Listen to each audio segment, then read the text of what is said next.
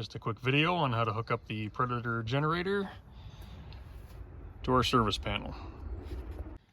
First thing, I'm going to take the green end of our power cord. I'm going to put it in the top.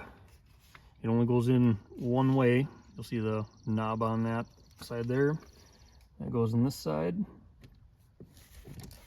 Insert it in, give it just a slight twist, and that'll lock it in. Next is the house connection. You'll see on this, there's that metal plate right there. Lift this up. Underneath where the plug goes in, you'll see a brass tab in here. Connect this metal portion with that brass tab. It's stiff to put in. Once you get it in, twist it, pull down, make sure it's tight. Start the generator, you're going to come here to the on switch. This does have electric start, but I don't have a battery in it, so just ensure that this is up. Come around to this side. You'll see this lever. This is for the choke. We're going to push it to the left. That'll choke it so we can start it. And then just grab the ripcord and pull it, and it should start within a couple pulls. Once it starts running, we're just going to shut the choke off.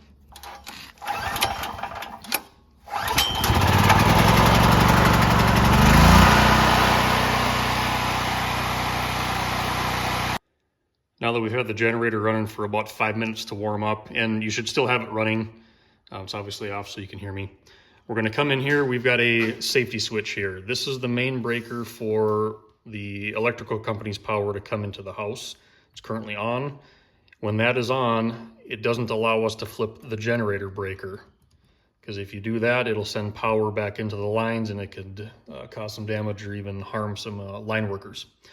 So we have to shut the main breaker off in order to flip this up, and then we can switch power to the generator. Before we do that, we're going to shut off all of these breakers. So just go through, shut all the breakers off. If we didn't do that and we flipped power to the generator, it would put an extreme load on the generator and may cause some damage. So shut all these off. Then we're going to go through and we're going to shut the main breaker off. This one's kind of a bear to turn on and off. It's off. Then this panel flips up, and then you can flip this breaker for the generator. So now it's switched. It's now taking power from the generator into the electrical panel. And obviously we can't turn this back on because this plate is in the way for safety reasons. So once you switch to the generator breaker, now you can go through and determine on your breaker sheet which breakers you want power going to. So let's say that we want, the stove to work and the fridge to work.